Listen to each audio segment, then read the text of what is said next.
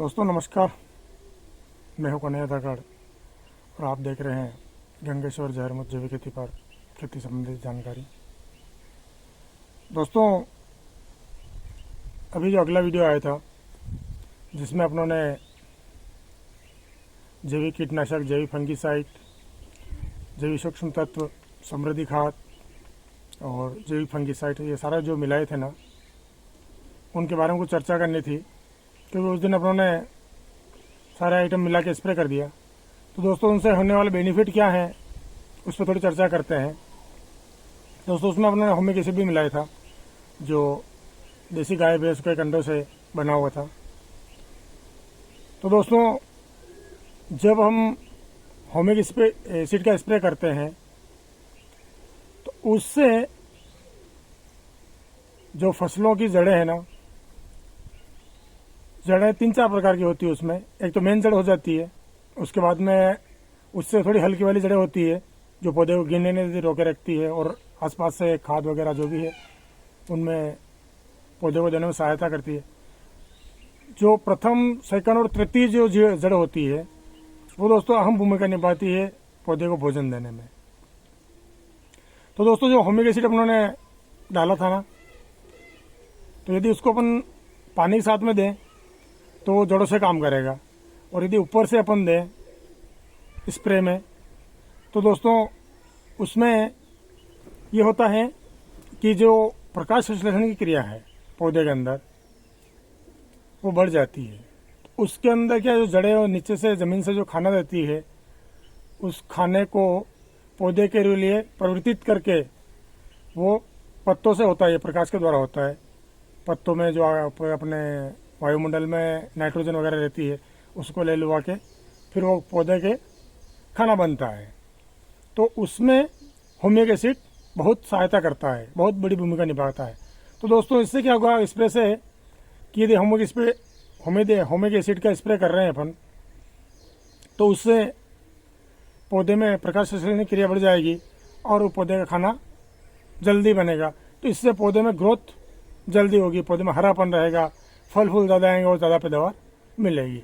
तो दोस्तों उसके बाद में अपने मिलाया था जैविक फंगिसाइड। तो फंगिसाइड के बारे में सब जानते ही हैं कि फंगिसाइड क्या काम करता है। पौधों में लगने वाली फंगस होती है ना, तो फंगस सारी ख़त्म कर देता है, ठीक है। और जो फंगिसाइड उन्होंने बनाया था उसमें हल्दी और प्याज है। और हल्दी आप जानते ही हो कि पुराने टाइम से, पुराने ज़माने जब कभी लग जाती, घाव लगता था ना, उसमें भी हल्दी बांधते थे अपने ताकि घाव जल्दी बढ़ जाए। एंटी बैक्टीरियल उसमें मतलब एक उसकी प्रवृत्ति है। तो वो दोस्तों फंगस में बहुत अच्छे से काम करता है। और साथ में प्याज मिलाए, प्याज भी फंगस रोकने में काम करता है। तो दोस्तों होमिक एसिड हो गया और जैविक फंगिसाइड हो गया। अब जैविक कीटनाशक के बारे में बात करें अपन तो दोस्तों जैविक कीटनाशक में हमने 3-4 चीज़ें मिलाई थी, जिसमें एक तो पकी हुई मिर्ची थी और दूसरा उसमें नीम की जो निमोली थी वो थी।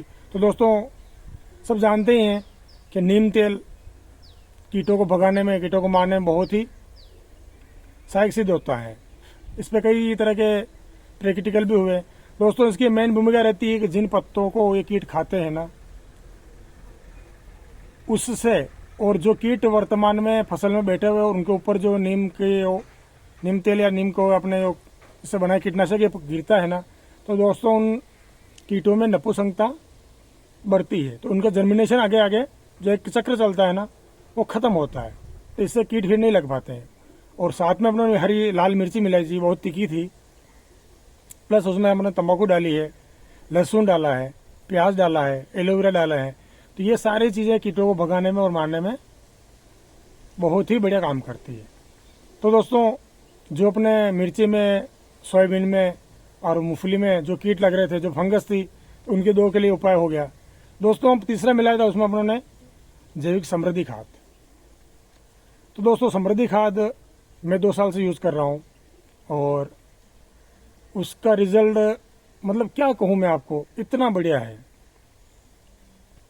मैंने उसका गेहूं में स्प्रे किया था गए साल, बहुत बढ़िया रिजल्ट मिला। उसके अलावा मैंने कोई खाद नहीं दिया था उसमें, डीपी यूरिया ऐसा कुछ नहीं दिया था। बहुत ही शानदार रिजल्ट मिला उसका।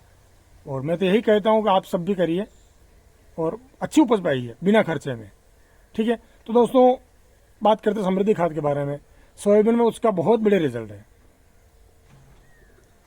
तो उससे क्या होगा, उसके अंदर अपनों ने सरसों की खली डाली हुई है, 2-3 तरह की दाल डाली हुई है, 2-3 तरह के जो तिलहन होता है ना, जैसे अपनी तिल्ली हुई, सोयाबीन हुई, मूंगफली हुई, इनकी खल भी उन्होंने उसमें यूज़ में ली।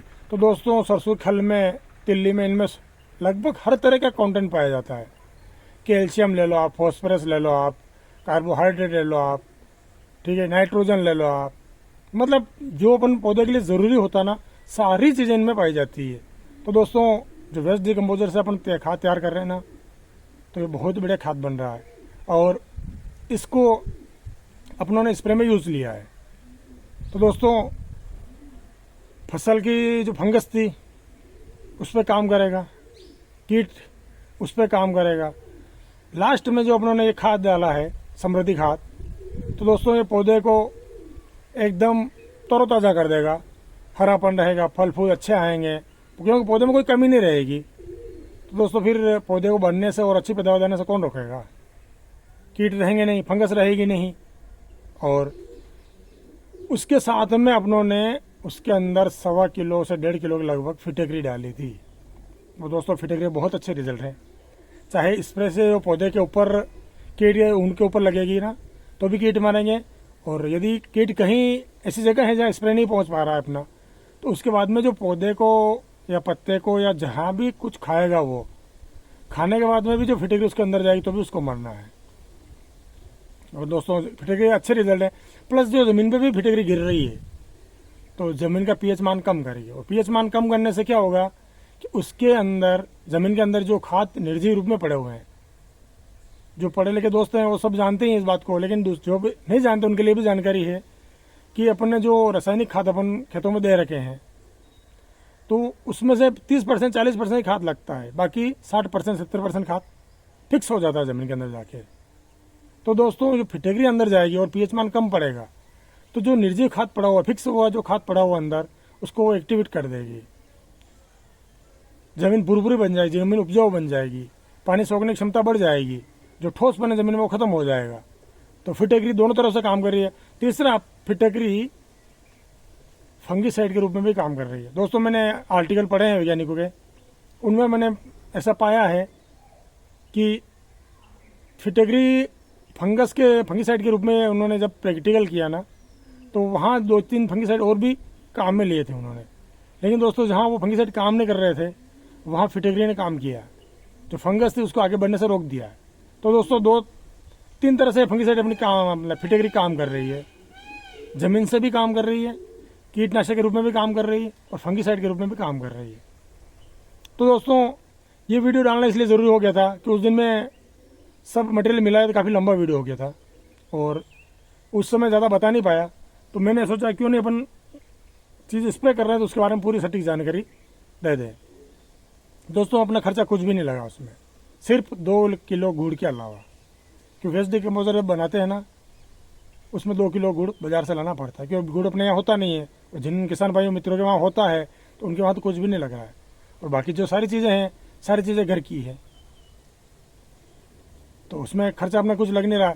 और यकीन मानिए बहुत अच्छी पैदावार होती है। 2 साल से मैं यूज़ कर रहा हूँ, आप भी करिए और अच्छी उपज पाइए। खेती का जो लगने वाला खर्चा है उसको कम करिए। और दोस्तों के चंद्रा जी के आर्टिकल में देखता रहता हूँ, उनके वीडियो देखता रहता हूँ, आप भी देखिए और उनसे कुछ सीखिए। मैंने बहुत कुछ सीखा उनसे, जो भी आज कर रहा हूँ ना, सब उनकी बदौलत है। डॉक्टर किशन चंद्रा जी है ना, उन्हें बहुत अच्छी जानकारी दी। अभी भी 2-3 वीडियो उनके नए आए हैं। जो लोग कह रहे हैं ना वेस्ट डिकम्पोजर में क्या है, उन्होंने प्रैक्टिकल नहीं किए। जो किसान मित्र हैं या जो दूसरे कहने और बोल रहे हैं, उन्होंने लैब में टेस्ट करवाए हैं। तो दोस्तों उनमें ऐसे ऐसे बैक्टीरिया आ रहे हैं कि जो खेती में बहुत ही लाभप्रद, उनके बगैर खेती होती नहीं है। और अपन ने कुछ समय से जो रासायनिक खेती पर अंधाधुन कह सकते हैं ऊपर पड़े थे, तो जितने बैक्टीरिया थे अपने ज़मीन के अंदर सारे मर गए हैं। तो दोस्तों पानी के साथ वेस्ट डिकम्पोजर देना चाहिए, और स्प्रे में काम लो तो अच्छी बात है। उसके बावजूद खाद बनाइए, कीटनाशक बनाइए, फंगीसाइड बनाइए। हर जगह वेस्ट डिकम्पोजर काम कर रहा है, और मैं 2 साल से वेस्ट डिकम्पोजर आधारित ही खेती कर रहा हूँ। तो दोस्तों आप भी करिए, ज़मीन के भी उपजाऊ बनेगी, कीट वगैरह नहीं लगेंगे, फंगस नहीं लगेगी, और कम खर्चे में, बहुत कम खर्चे में अपना अच्छी उपज अपने को मिलेगी। और दोस्तों फिटकरी का जो कॉन्सेप्ट है ना, तो इसको आप रासायनिक खेती में भी काम में ले सकते हैं और जैविक खेती करें उनमें भी काम में ले सकते हैं। तो इसको अपन दोनों जगह यूज लीजिए। हल्की छोटी फसल है 10 ग्राम लीजिए और यदि बड़ी फसल है 15 ग्राम यूज में लीजिए। तो दोस्तों इस वीडियो में यही तक। यदि वीडियो पसंद आए तो लाइक करें, शेयर करें, कमेंट करें, और जो दोस्त चैनल पर पहली बार हैं वो चैनल को सब्सक्राइब करें ताकि मेरा मनोबल बढ़ता रहे और मैं इसी तरह से नए नए कंटेंट आपके लिए लाता रहूं जो अपनी खेती में बहुत सहायक सिद्ध होए।